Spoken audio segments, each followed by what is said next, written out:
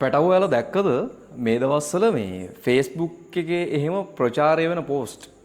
දැන් ඔය රටේ තියෙන ආපදා තත්ත්වෙත් එක්ක මිනිස්සු මිනිස්සුන්ට උදව් කරන්න පෙළඹිලා තියෙන විදිය. සමහරු මම දැක්ක පෝස්ට් දාලා තියෙනවා මහනුවර අපිට වාර දෙන්න මහනුවර වගකීම අපි ගන්නම්. බදුල්ල දෙන්න අපිට අපි බදුල්ලේ වගකීම ගන්නම්. ඒ මිනිස්සු අසරණ වෙලා ඉන්න වෙලාවේ එහෙම උදව්වක් කරන්න තරම් මිනිස්සුන් පෙළඹිච්ච විදිය දැක්කට පස්සේ හරි පුදුමයි පැටව. ඒ තමයි ලංකාවේ අපේ මිනිස්සුන්ගේ ඇඟ ඇතුලේ තියෙන ඇත්තම මනුස්සකම. දැක්කද පහුගිය ටිකේ ආධාර එකතු කරගෙන ලොරි ගණන් පුරවගෙන මේ මිනිස්සුන්ට අරන් යනවා. මං දැක්ක පැටව අපේ ගමෙත් මේ කතරගම අපේ තරුණ කොල්ලෝ සෙට් එකක් එකතු වෙලා මේ ගමේ ඉන්න වැඩිහිටියෝ පොඩි අය හැමෝම එකතු කරගෙන මේ දවස්වල මේ අපේම සහෝදරයන්ට අපේම සහෝදර ජනතාවට සහන යාත්‍රා කියලා එයාලා වෙනුවෙන් කෑම බීම සෑහෙන්න දේවල් ප්‍රමාණයක් වතුර බෝතල් සනීපාරක්ෂක දේවල් හැමදේම එකතු කරනවා. ඒ මිනිස්සු පැටවු ඒ දේ කරන්නේ හදවතින්ම.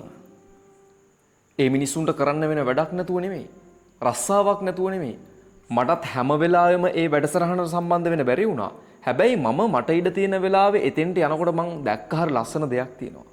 සමහර කොල්ලෝ වැඩට ගිහිල්ලා එන ගමන් එතන නැවතිලා Tamanට පුළුවන් විදිහට උදව් කරලා දෙනවා. සමහර කොල්ලෝ දවල් නෑ රෑ නෑ උදේ ඉඳලා රෑ වෙනකම්ම Tamanගේ මුළු ජීවිතේම කැප කරලා තියෙනවා මේ දවස් ටිකේ ඒ වෙනුවෙන්. අපි වගේම අසරණ වෙලා ඉන්න අපේම ආදරණීය ජනතාව ඔළුව උස්ස ගන්නකම් එයාලට අත දෙන්න ගහන මාරම ගේමක් මේක. ඒ වගේ වැඩක් කරන්න පැටවු හැමෝටම හිතෙන්නේ නැහැ. ඔයාලට ඒ ආපදාවල අත්දැකීමක් නැති නිසා ඔයාලා මේක මහ ලොකුවට හිතන්න නැති වෙන්න පුළුවන්. හැබැයි ඒ වෙච්ච දේ ඔයාලට උනා නම් මොකද වෙන්නේ? ඔයාලා නිකමට මෙහෙම හිතලා බලන්න. ඔන්න එකපාරට මේ මුළු ගමක් යට වෙන්න මහා වතුර කඳක් එනවා. හිතන්නේවත් නැති වෙලාවක. ඔයාලට කිසිම දෙයක් බේර ගන්නවත් chance එකක් එන්නේ නැහැ. එහෙම දෙයක් වුණොත් ඔයාලට සිද්ධ වෙන්නේ මොකද්ද? ඔයාලට සිද්ධ වෙනව පැටවු ගෙයක් දොරක් ඉන්න හිටින තැනක් නැතුව කොහේ හරි තැනක తాවකාලිකව නතර වෙන්න.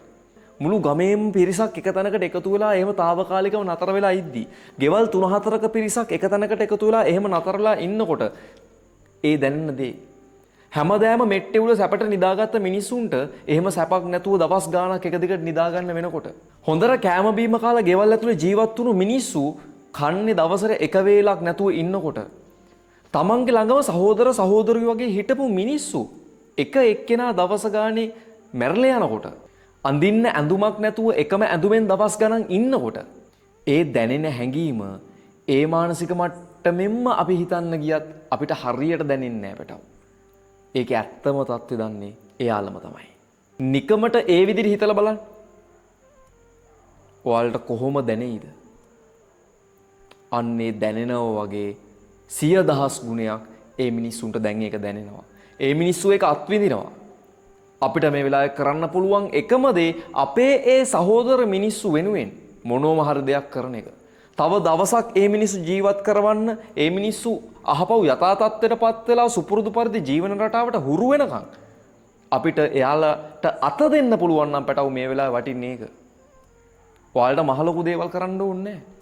ඔයාලට පුළුවන් විදියට මේක දායකට වෙන්න. ඔයාලගේ අම්මලා තාත්තලා දැනුවත් කරන්න.